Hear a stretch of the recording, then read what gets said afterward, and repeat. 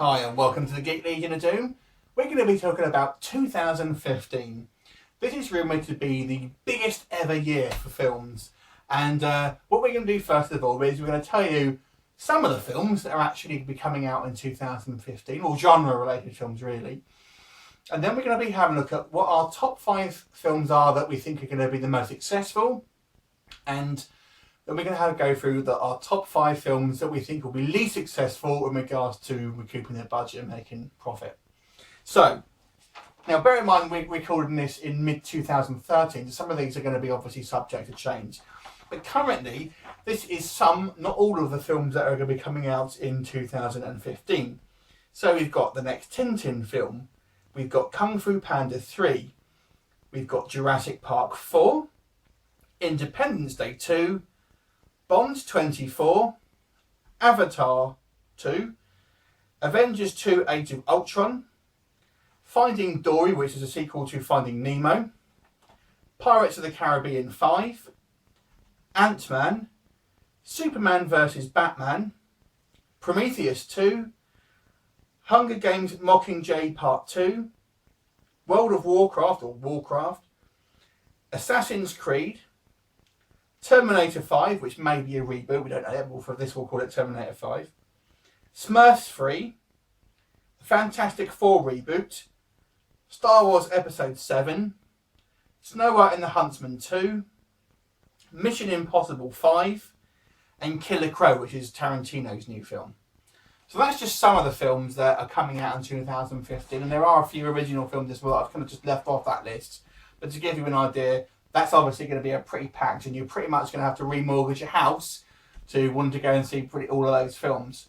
So what we're going to do, this is obviously our 2013 predictions about what we think will be the top 5 films in regards to profit above their budget and why we think that will be, and then the same about the films that we feel will struggle the most. So Chris, do you want to have your number 5 pick about what you feel is going to be the biggest, the biggest and the best grossing, right, and why you think that is? I put Terminator 5 because I think, obviously, if it's a reboot, but if Schwarzenegger's in it, which he's supposed to be in, I think because he hasn't really been in a Terminator movie for bloody ages, I think it'll regenerate enough interest to bring it up, and especially if they've rebooted it, it could well be. Really, rumours The Rock's in it as well. Apparently so, yeah. So yeah, maybe. So I reckon, yeah, definitely. So my number 5 pick for being in the sort of the plus list, the good list, if you know what I mean, is going to be Avatar 2. Now, Avatar 1 is actually the highest grossing film of all time. So why haven't I gone for Avatar 2 as my number 1 pick? I personally feel because the original Avatar was something new. And it was very hyped up that there was going to be this sort of brand new visual style that people hadn't seen before, and everyone was very, very, very, very excited about it. I think that kind of has lost its luster a little bit now. I think when people think back to the Avatar films, they think actually the story was a little bit lame, and they've seen the special effects. They've kind of seen that they've done it now. Yeah. So I think it will do well. I think it's certainly I wouldn't be surprised if it did over $1 billion. But I don't think it's going to do the sort of numbers that the first one did. That's my personal prediction. What's your next one? Number 4. Well, it's a toss-up really between... You can only pick one.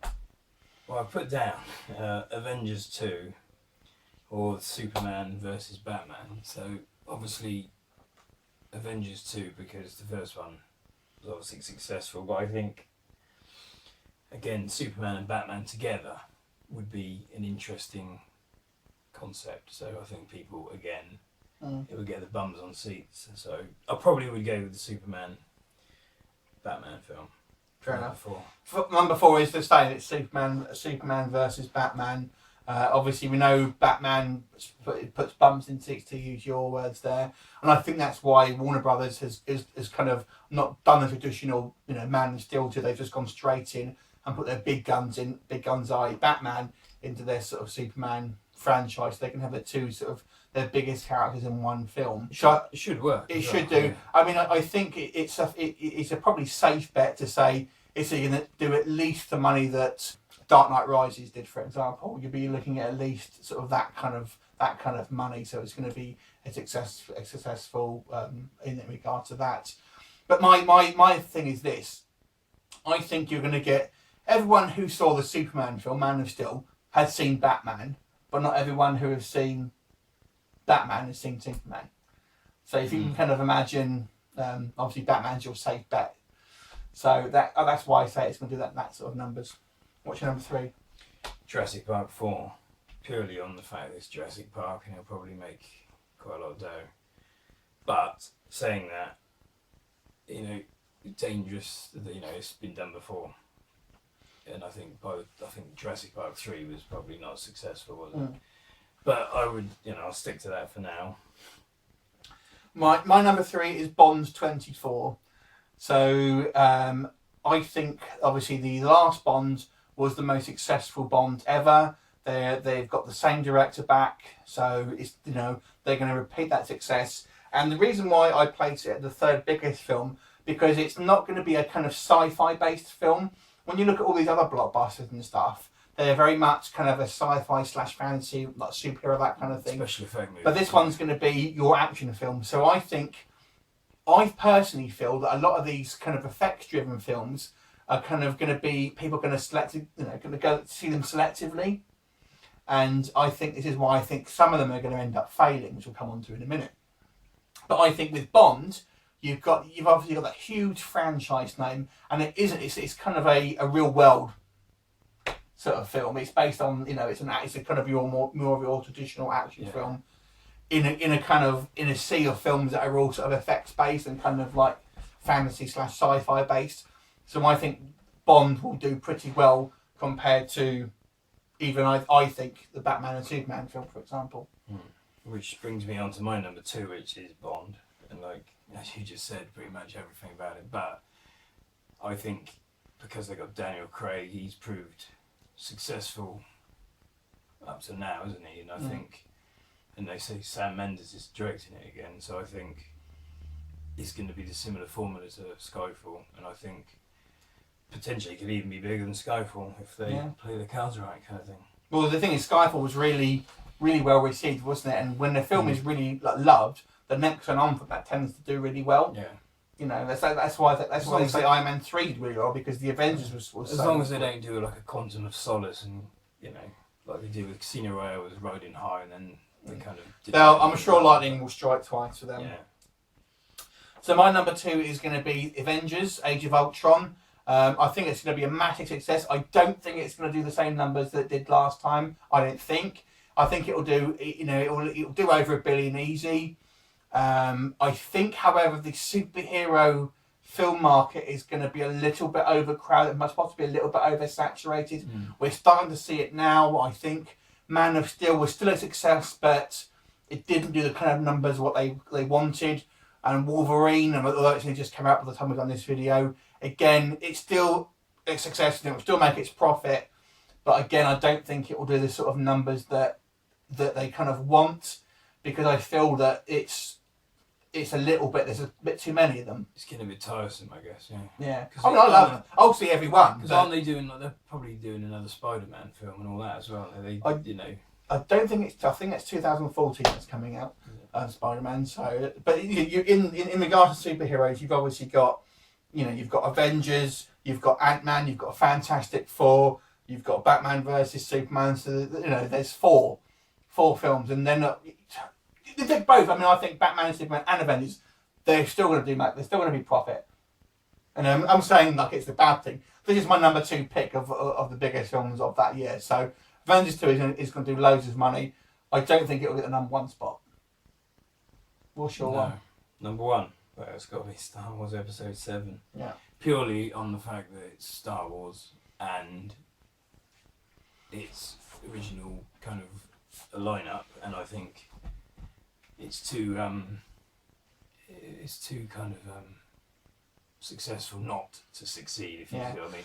And people will want to see it because it's the original kind of cast, and essentially the story's continuing from the original trilogy, which I think, and also this time around it's stories that you don't know what's going to happen. Yeah. I mean, ultimately, before you knew what was going to happen. So I think it's going to work on many levels. Star Wars is my number one pick now. Now, if you look at the numbers, obviously the top three films are Avatar, Titanic, and Avengers. And you've got a sequel to both of those films coming out in the same year. But I think people are going to be more interested in this film than the others. I personally feel Avatar will kind of is going to have lost a bit of its luster by then. And I think Avengers is going to start suffering from oversaturation. Not just in that year, but I think, those last few years, I think maybe the superhero trend is going to start to taper off a little bit. And Star Wars, like you said, it's going to, it's a whole, no one knows what to expect. In the prequel trilogies, we knew what was going to happen at the end of the day. We were just trying to bide our time because we knew ultimately where everyone was going to end up.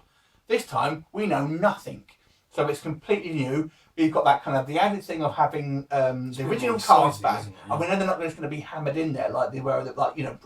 Prequels had these like recognisable characters, but they were kind of crowbarred in here. Having them in a sequel, they could be in there and it kind of feel a lot more organic and a lot more. There's a reason why they're there. So I think pretty much every fanboy is going to be seeing, and you've got to think this. You've got to look at the mainstreams in regard to this. And also, Disney have got my two picks, my 1 and 2 picks. So they are going to space those films out. They're not going to be on top of each other. So I think Disney are going to have a strategy where they're going to make sure that Star Wars and Avengers are both far away in regards to release dates, where they're not going to be tripping over each other for money. Yeah. Do you see what I mean? So that's why I think Disney are probably going to come out on top on 2015 because they'll probably stick the Avengers out just before Star Wars. Well, I reckon that you'll have at least. I think what you'll probably see is one at the end, beginning of summer, and one at the end. Yeah. So you don't have people kind of thinking, "What do I want to see? Or they want to see Avengers, or do I want to see Star Wars?" They can see them both within enough time. That's what I think they'll do. But I think Star Wars, like you said, the hype machine's just going to be going on job, and I think they've been very clever in regards to how they kind of built it up. It makes it sound like people are really hopeful that George Lucas isn't involved, so we just don't know what to expect. It's going to be something completely new. Yeah. Right, so now we're going to have a look at what films we think are going to probably fail in regards to 2015. Now, we're not going to say they're going to bomb and maybe take no money, but in regards to their budget, what do we think they're going to be the losers? They're going to kind of lose out. So, do you want me to start this time? Yeah. So my number 5 pick, what I think is probably going to be, and obviously we're going to go in reverse order again, so the number 1 is going to be the one we think is going to bomb the worst. So number 5 I think is Tintin. And you've got a lot of animated films, as I say. I think Finding Dory is probably going to be the top one in the animated films. But I think the Tintin film is a little bit too old schooly for kids, to be honest. I don't think it's going to be all that interesting. It's more of a throwback for some adults, isn't it, really? But with all this other stuff coming out in this year, I see it suffering, to be honest. What's your number 5? I put Mission Impossible 5 because I thought, to be fair, I think they've probably done one too many of them anyway. And I don't know, the last one was very much sort of came and went. Yeah, it did alright. It did alright. I think Mission Impossible 5, but I think maybe a good thing comes to an end at some point. So. Okay, so my number 4 is going to be the Fantastic Four. So this is going to be a reboot by Fox. Now the previous 2 Fantastic Four films are regarded as pretty much crap. Were they both flops? I think they did terrible money. But I don't think they were. They didn't set the box office on like. They made a profit, but critically they weren't mega hits, and then critically they were kind of quite mauled. But I also think, like I was saying before, I think the superhero bubble is going to start bursting, and I think we're going to have to, we're going to see some losers. Yeah. And bear in mind, we've got another 2014 with a whole bunch of superhero films coming out as well, and I think some of them are going to fall by the wayside. My personal prediction is that Fantastic Four will make this film. I think it's not going to do well, and I reckon Fox will cut their losses and it'll end up going back to Marvel. That's what I think. I could be wrong. It also sounds like they're going to kind of mess around and do stunt casting and stuff like that. And I think if they wanted to make Fantastic Four work, they've got to stick to the guns and try and ape that Marvel success by trying to make it stick into the source material, but at the same time, obviously trying to make it accessible to mainstream audiences. So, Fantastic Four, your number 4. Yeah, my number 4 will probably be Independence Day 2, because I think it's a belated sequel, a very belated sequel. Is it really necessary? And allegedly Will Smith's not in it, so maybe this, without his star power, it might not work anyway. Yeah. So I'd say, plus it's been done, isn't it? What can you really do that hasn't really been seen? You can't really kind of progress a story, can you? It's just going to be the same kind of, oh look, aliens are back again. So yeah, I'd say that one it's probably going to make a lot of money, but I reckon it. I reckon it'll be seen as a flop. Yeah. Well, my number 3 pick is going to be Prometheus 2. I don't think Prometheus 2 is going to go over well with mainstream audiences. I think looking back at Prometheus 1, things could have been done better with that one, I feel. I don't think it's a film that really sold itself to a mainstream audience, to be honest. And I think it's going to suffer. I think it's not a film that people, apart from kind of the sort of the alien fans, are going to be rushing out and seeing, especially again when you've got so many effects-driven films out in the same year. Yeah. Number 3, I put Ant-Man, purely on the thing that I think, again, like you said about superhero films, and also this one, have enough people heard of Ant-Man to really make it. Is he going to be like a bit of a Green Lantern kind of movie? Yeah. Where they sort of pretty much bombed at the box office, didn't it? So I would, it might be a good film, but I would worry that it would probably not be up there with Superman, Batman. I don't think to be fair on that one, I think they wouldn't expect you to do loads of numbers, so I reckon that's going to be a lower budget film. Is that going to be a Marvel one? It's a Marvel film. Yeah. See that one, it depends on what they do with Avengers, because and they could introduce Ant-Man in Avengers, in which case apparently they're not, but I think if they did, that's gonna maybe help Ant-Man because I think Ant-Man's coming out right at the end of the year.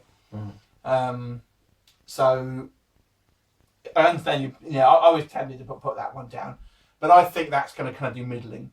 Yeah, I don't think it's going to set the world on fire. Yeah. So my number 2 film I think is going to suffer the most is, and you've already mentioned it, Independence Day 4. Independence Day 2. Like you said, I think this is a sequel that no one asked for. The story wrapped itself up. Do kids know what Independence Day is? I don't think so. They don't know what Independence Day is. Does the 10-year-old who's going to go to the cinema give a crap about Independence Day film? No, because when was the last one made? Late 90s. No, it was ages ago. Yeah. And does anyone give a shit, really? I don't think they do. Again, and it's just the same thing, I'm saying the same thing, but these are all going to be effects-driven films. It's going to be it's a sci-fi film. You've got Independence Day coming at the same year as the new Star Wars film. It doesn't stand a chance. It may make its budget back, but I don't think it's going to set the world on fire. Yeah. Number 2, I put Prometheus 2, because I think, again, Prometheus 1's boring. So, quite frankly, like you said, in a special effects driven kind of summer, it's just going to fall by the wayside, I think. Yeah. My number 1 film, which I think is going to tank the most, is the Warcraft film, or World of Warcraft. And the reason why I say that, I actually think it will be a good film for the audience that it's meant for, but I don't think it's going to hit home with mainstream audiences. Now, let's look at the facts on this one. Whenever there's been a film which is catered to purely a genre audience, purely a fanboy, geek audience, whatever you want to call it, we look at Pacific Rim. That was really made for the kind of fanboy audience. It's not doing particularly well. Scott Pilgrim, again, another film that was pretty much made for that sort of specifically for this sort of genre audience. Again, hasn't done well. Kick-Ass, again, didn't do didn't do terribly, but it didn't do as much as they would have liked.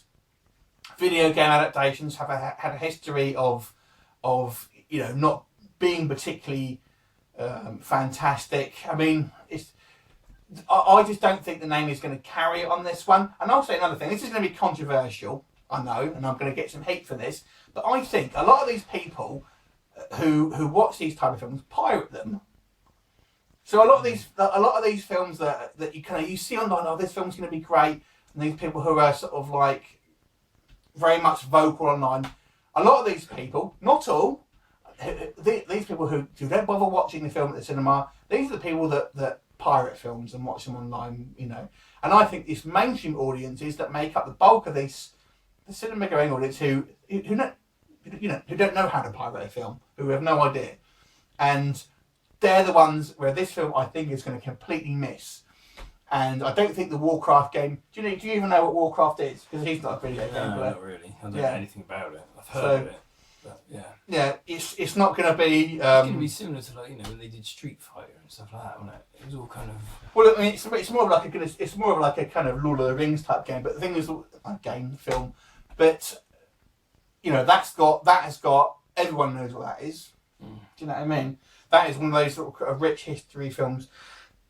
This is going to be like a Dungeons and Dragons film, I think. Not that I'm saying it's going to be produced. I'm sure it'll be better than that, but I think it's going to be one of these films where it's just not going to appeal to mainstream audiences because the subject matter itself is so niche and kind of like, I know it's a big game, and I'm sure big fans of the game are going to go and see it. But that's the other thing. I think big fans of the game. That's about it. But in the same breath, you'll get kind of people who are fans of the game think, oh, they haven't done this in the film because this was in the game and that's not in the film. So I'm not going to see it because they've not done a proper translation of the the game that I wanted. They haven't they haven't made they haven't put what I'm seeing on this screen on that screen, and kind of people moan about it like that. So they're kind of down if they do and down if they don't. If they stick to the game too much, it's going to get no mainstream attention. If they make it too much like mainstream film for the mainstream, people who play the game are going to bitch about it. And I think that one, I personally for that film is going to bomb.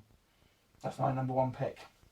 My number one pick is Pirates of the Caribbean 5, because not that it necessarily be a bad film, but I think again it's going to get lost in all the other big budget ones because it's been probably done too much. Yeah.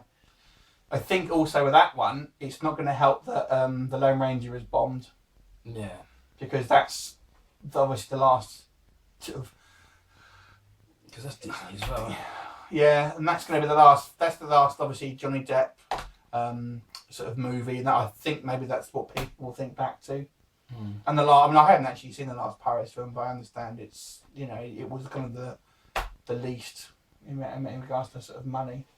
I mean, I was considering putting Pirates in one because it's the fifth one. Yeah.